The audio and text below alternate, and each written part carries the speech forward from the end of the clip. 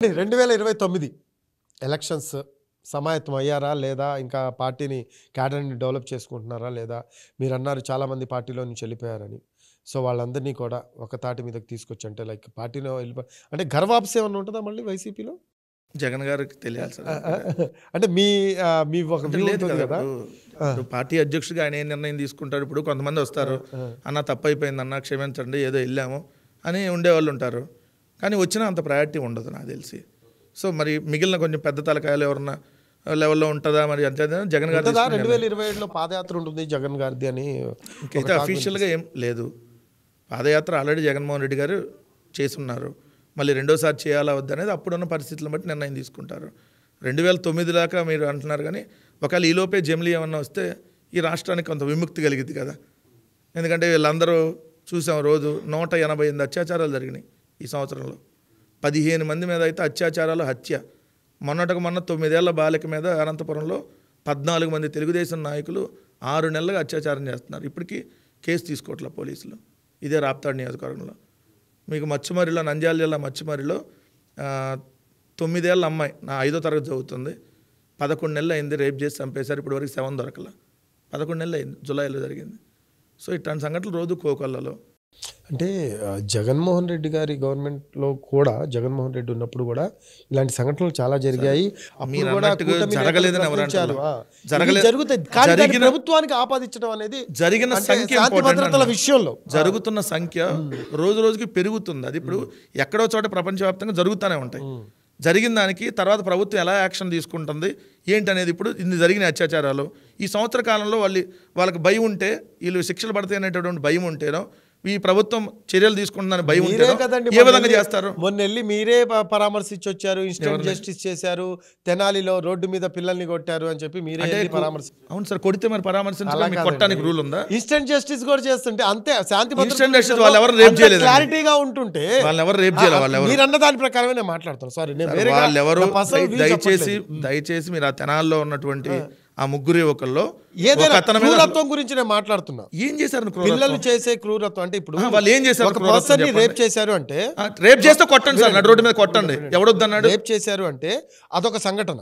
Okay, ఇప్పుడు వాళ్ళు ఎందుకు కొట్టారు? రీజన్ ఏంటి? వాళ్ళు ఎందుకు కొట్టారు? ఇది ఒక రకమైన సంఘటన. ఒకటి ఏంటి, ఎందుకు కారణాలు ఏమైనా కావచ్చు. ఇక్కడ నేను ఏమంటున్నా అంటే ఇన్స్టెంట్ జస్టిస్ కారణాలు కాదండి. ఇప్పుడు మీరు నడి రోడ్డు మీద వాడు మర్డర్ చేస్తున్నాడు అనుకోండి, కత్తి తీసుకున్నాడు, పొడవటానికి నరటానికి వెళ్తున్నాడు, వాడిని పెట్ట లాగి కొట్టండి, ఎవడొద్దంటాడు? కొత్త దీనికి సంబంధించి న్యాయశాఖలో కొత్తగా కొన్ని పాయింట్స్ కూడా చేర్చారు. వాళ్ళందరికీ కూడా శిక్ష పడాలి వెంటనే అని కూడా ప్రభుత్వం. ఎంతమంది కేసారంటున్నా నేను. అదే ఆ దిశగా 1 year కదండి అవుతుంది. 2047లో చేస్తారు. చంద్రబాబు నాయుడు చెప్పినట్టు మీకు కూడా బాగా అలవాటు అంటే మేము అధికారంలోకి వచ్చి ఒకసారిగా అయింది, 5 ఏళ్ళకి ఒకసారి మారితే అధికారం ఎట్లా? 10 ఏళ్ళు 15 ఏళ్ళు. దిశ చట్టం తీసుకొచ్చారు. దిశ చట్టం తీసుకొచ్చినా కూడా ఏమన్నా ఆగినాయా? ఇవన్నీ చాలా వరకు ఆగినాయి సార్. ఎక్కడ ఆగినాయండి? చూస్తే సంవత్సరానికి అప్పుడు 40-50 జరిగితే 40-50 ఎందుకు జరిగినాయి అంటారు? ప్రపంచవ్యాప్తంగా జరుగుతున్నాయండి. 40-50కి 200 తేడా లేదు. వ్యాప్తంగా జరిగితే ఇక్కడ దిశ చట్టం ఉంది కదా, 40-50 ఎందుకు జరగాలి? దిశ చట్టం ఉంటే జరగదు అని ఎవరైనా చెబుతారండి?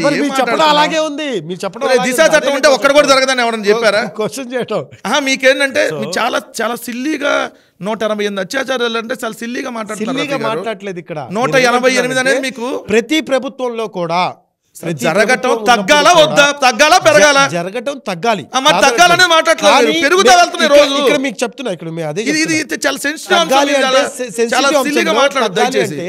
ఇన్స్టెంట్ జస్టిస్ కూడా చేస్తున్న పరిస్థితి కనిపిస్తుంది. ఎవరిని ఇన్స్టెంట్ జస్టిస్ చేశారు? మచ్చుమరిలో 9 ఏళ్ల బాలికని అత్యాచారం చేస్తే ఇన్స్టెంట్ జస్టిస్ జరిగిందా?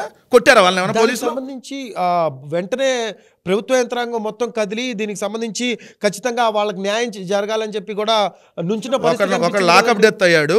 మిగిలిన వాళ్ళు తెలుగుదేశం నాయకులు రోజు వాళ్ళ ముందు తిరుగుతున్నారు. ఎవడైతే అది చేశారో మీకు తెలియని విషయం అది. మరి లేకపోతే 188 అత్యాచారాలు జరిగితే మీరు మీ హయాంలో జరగలేదా అంటున్నారు. మా హయాంలో 50 జరిగితే ఇక్కడ 200 జరుగుతున్నప్పుడు మీరు దేని మీద మాట్లాడతారు చెప్పండి? అరే మీరు చెప్పండి, శాంతి భద్రతలు సరిగ్గా లేవు అన్నారు. 50 జరిగినప్పుడు బాగోలా, 200 జరిగినప్పుడు బాగోలా? శాంతి భద్రతలు సరిగ్గా లేదు అని మీరే అంటున్నారు. శాంతి భద్రతలు సరిగ్గా లేనప్పుడు వాళ్ళు ఇన్స్టెంట్ జస్టిస్ ఇస్తే మీరు ఎందుకు వెళ్ళి పరామర్శించారని నా క్వశ్చన్. నేను తెనాలి గురించి తెలుగులోనే మిమ్మల్ని అడుగుతున్నా. తెనాల్లో ఆ యువకులు ఏం చేశారని కొట్టారు? కారణం ఏదైనా నేను అదే లేదే చెబితే అంటున్నాను. కారణం ఆ ఏమన్నా? యువకులు ఎటువంటి ఇష్యూ చేశారనేది పక్కన పెడితే అక్కడ జస్టిస్ విషయంలో ఏం చేస్తున్నారు? కానిస్టేబుల్కి వాటాల విషయంలో తేడా వచ్చి కొట్టారు. ఇక పచ్చిగా చెప్పాలా, ఈ రాష్ట్రంలో పోలీసులు ఎంత నీచంగా ప్రవర్తిస్తున్నారో, ఆ. వాళ్ళు నిజంగా గంజాయి అమ్మారు అనుకో, ఆ గంజాయి వాటాలో చెప్పారండి వాళ్ళు వచ్చి? కానిస్టేబుల్కి తేడా వస్తే వాళ్ళు వచ్చి మీకు చెప్పారా? మీకు చెప్పారు, మీకు చెప్పలేదు కదా, మరి మీకు కూడా చెప్పలేదు కదా. మీకు ఎలా తెలుస్తాయి ఇవన్నీ? అదే నాకు అర్థం తెలుస్తాయి అంటే సార్ మేము పొలిటికల్ ఫీల్డ్ లో ఉన్నాం, ఎంక్వైరీ చేయకుండా మీలాగా వచ్చి వేగ్గా మాట్లాడం కదా. ఎందుకు మీరు 188 అత్యాచారాలు చేస్తే చాలా వాస్తవాల్ని జరిగే అంశాలనే మీకు చెప్తాం. రఫీ గారు మీకు వేగ్గా ఎట్లా ఉందంటే ఉమ్. 188 జరిగితే మీ హయాంలో కూడా 40-50 జరిగినాయి కదా, ఇప్పుడు 200 కదా, 200 మంది కదా రేపులు అన్నట్టు మాట్లాడుతున్నారు మీరు. ఎంత ప్రతిష్టాత్మకంగా తీసుకొని చేసే ప్రయత్నం చేస్తున్నా జరుగుతున్నాయి, వాటిని సరిదిద్దే ప్రయత్నం అదే చేస్తున్నా. 2047కి చేస్తారంట సరిదిద్దే ప్రయత్నం. Okay, అప్పుడు దాకా రేపులు మర్డర్లు ఎన్నైనా జరగనివ్వండి, చాలా రోజులు మీకు బాగా ఆనందంగా ఉంటుంది. చాలా రోజుల నుంచి మీ అంటే వాస్తవంగా మీ ప్రయత్నం అనేది తప్పని నేనేం అనట్లేదు. పార్టీ స్టాండ్ తీసుకున్నారు కాబట్టి ఖచ్చితంగా పార్టీ వైపు మాట్లాడాలి. ఖచ్చితంగా వేరే పార్టీ వాళ్ళని కొన్ని అంశాల్లో మీరు నేను మాట్లాడిన ఇవన్నీ కూడా కామన్. సో చెప్పండి. అవన్నీ పక్కన పెడితే చాలా రోజుల నుంచి మీతో డిస్కస్ చేద్దాం అనుకుంటున్నాను చాలా అంశాల మీద. సో ఈ రోజు టైం దొరికింది. ఎనీహౌ వచ్చినందుకు చాలా థ్యాంక్స్. చాలా విషయాల మీద క్లారిటీ ఇచ్చారు. అలాగే కొన్ని విషయాల మీద కూడా కొన్ని కన్ఫ్యూజన్స్ అయితే క్రియేట్ చేసిన పరిస్థితి కనిపిస్తూ ఉంది. దాంతో మీరు కన్ఫ్యూజన్ క్రియేట్ చేశారు, నేనా అంటే మీరు కన్ఫ్యూజన్స్ క్రియేట్ చేశారని నా ఉద్దేశం. నాకు మళ్ళీ అడిగినా మీకు చెబుతాను, నేను ఎక్కడ కన్ఫ్యూజ్ గాను. మీరు చెప్పాను కదా మొత్తం ఎన్నో స్టోరీ అంతా అని.